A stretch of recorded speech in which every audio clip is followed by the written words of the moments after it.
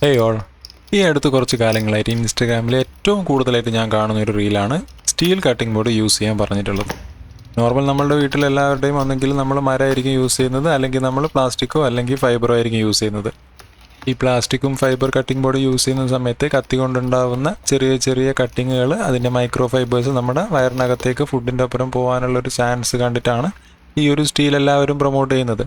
അപ്പോൾ അങ്ങനെയാണെങ്കിൽ ഞാനൊന്ന് വാങ്ങിച്ചു നോക്കാമെന്ന് വിചാരിച്ചു. ഇതിൻ്റെ സൈഡ് സ്റ്റീലാണെങ്കിലും വളരെ സ്മൂത്തായിട്ടാണുള്ളത്. നമ്മൾ യൂസ് ചെയ്യുന്ന സമയത്തൊന്നും കയ്യിൽ കട്ടിങ് വരുമെന്ന് പേടിക്കേണ്ട ആവശ്യമൊന്നുമില്ല. അപ്പോൾ ഇതിൻ്റെ സൈസ് എന്ന് പറയുമ്പം ആക്ച്വലി ഈ സൈസ് മതി. അത് എന്താണെന്ന് ഞാൻ വീഡിയോൻ്റെ ലാസ്റ്റിലോട്ട് പറഞ്ഞുതരാം. ഇത് വീട്ടിൽ ഒരുപാട് കാലങ്ങളായിട്ട് യൂസ് ചെയ്യുന്നൊരു കട്ടിംഗ് ബോർഡാണ്. ഇതിൽ സൂക്ഷിച്ച് നോക്കിക്കഴിഞ്ഞാൽ ഒരുപാട് ലൈൻസ് കാണാൻ പറ്റും. അതുപോലെ തന്നെ ചെറുതാണെങ്കിലും പച്ചക്കറി അരിയാനൊക്കെ നമ്മൾ ഡെയിലി യൂസ് ചെയ്യുന്ന ഇതിലും കുറേ ലൈൻസ് കാണാൻ പറ്റും. ഈ ലൈൻസിൻ്റെ അകത്തു നിന്നൊക്കെ വരുന്ന മൈക്രോ പ്ലാസ്റ്റിക് നമ്മുടെ ഫുഡിൻ്റെ കൂടെ അകത്തേക്ക് പോയിട്ടുണ്ടാവാം. അപ്പോൾ അത് പോകണ്ടെന്ന് വിചാരിച്ചിട്ടാണ് മരത്തിൻ്റെ ഒന്ന് വാങ്ങിച്ചത്. അപ്പോൾ മരത്തിലും സൂക്ഷിച്ച് നോക്കുന്ന സമയത്ത് അതിലും ഈ പറഞ്ഞ പോലെ തന്നെ ലൈൻസ് കാണുന്നുണ്ട്. മറ്റേതിനെ അപേക്ഷിച്ച് നോക്കുന്ന സമയത്ത് അത്ര ഹാംഫുൾ അല്ലെങ്കിലും ഇതിലും ലൈൻസും വരുന്നത് കാണാം. കുറേ കാലത്തേക്ക് ഇനി ഫ്യൂച്ചറിൽ യൂസ് ചെയ്യുന്ന സമയത്ത് ആ ലൈൻസ് കൂടാനൊക്കെ ചാൻസസ് കൂടുതലാണ്. എന്തായാലും ഇത്രയും ആൾക്കാർ ഇത് വാങ്ങി യൂസ് ചെയ്യുന്നല്ലേ, അപ്പോൾ ഒന്ന് ട്രൈ ചെയ്ത് നോക്കാമെന്ന് വിചാരിച്ചിട്ടാണ് ഇത് വാങ്ങിച്ചിട്ടുള്ളത്.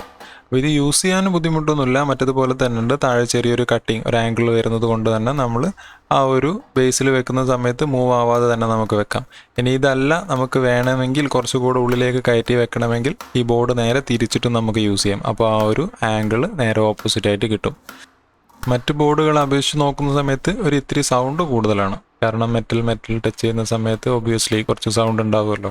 അല്ലാതെ എനിക്ക് തോന്നുന്നു കുറച്ചുകൂടെ സേഫായിട്ട് നമുക്കിപ്പം പച്ചക്കറി ആയാലും ഫ്രൂട്ട്സ് ആയാലും ഒക്കെ ആ ഒരു മൈക്രോ ഫൈബേഴ്സും കാര്യങ്ങളൊന്നും നമ്മുടെ വയറിനകത്ത് പോകാത്ത രീതിയിൽ തന്നെ നമുക്ക് ഈ സ്റ്റീൽ യൂസ് ചെയ്യാമെന്നാണ് തോന്നുന്നത്.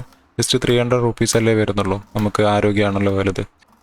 സ്റ്റീൽ ആയതുകൊണ്ട് തന്നെ പെട്ടെന്ന് തുരുമ്പ് വരുന്നോ അല്ലെങ്കിൽ വേറെ എന്തെങ്കിലും രീതിയിൽ തകരാറ് വരുന്നൊന്നും പേടിക്കേണ്ട ആവശ്യമില്ല.